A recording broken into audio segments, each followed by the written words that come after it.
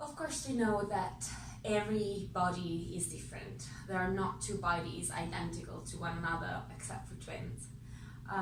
However, some people live in bodies that are significantly different respect to what we as a society expect.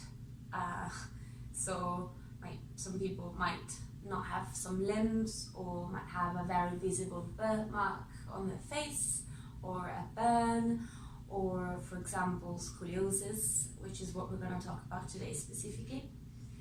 In research, we tend to call the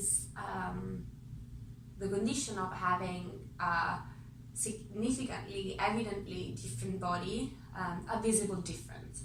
So the area of visible differences and body image are of course quite close, but they're not quite exactly the same, because a person who has a visible difference, of course, might have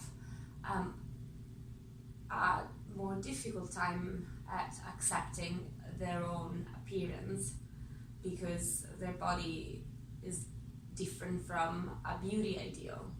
So as we talked about this gap in the previous days, here I'm stressing again that when an individual perceives a strong hiatus between his or her own body and a body ideal, then that's where usually body dissatisfaction comes into place. Specifically talking about scoliosis, there's not much research out there, and this is quite bad because scoliosis is quite common.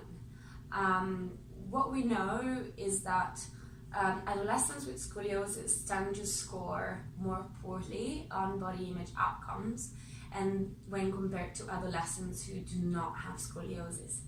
And then when we look at the group of adolescents with scoliosis specifically, girls tend to have poorer scores on body image issues compared to adolescent boys with scoliosis.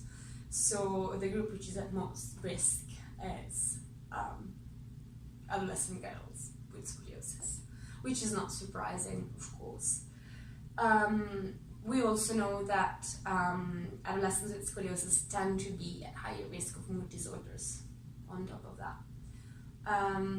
However, it's very important to remember that having a visible difference does not mean necessarily that a person needs to have a negative body image. In fact, the evaluation of one's own appearance and functioning is always personal and subjective.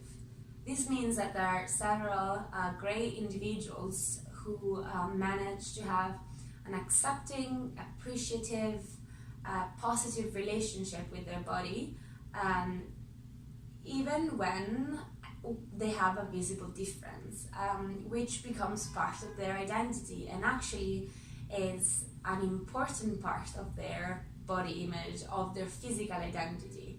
So it's always possible to shape one's own narrative around a physical identity, and what can look like an obstacle, what can look like a defect for society, can actually become a strength for an individual, and I think this leaves us with a lot of hope.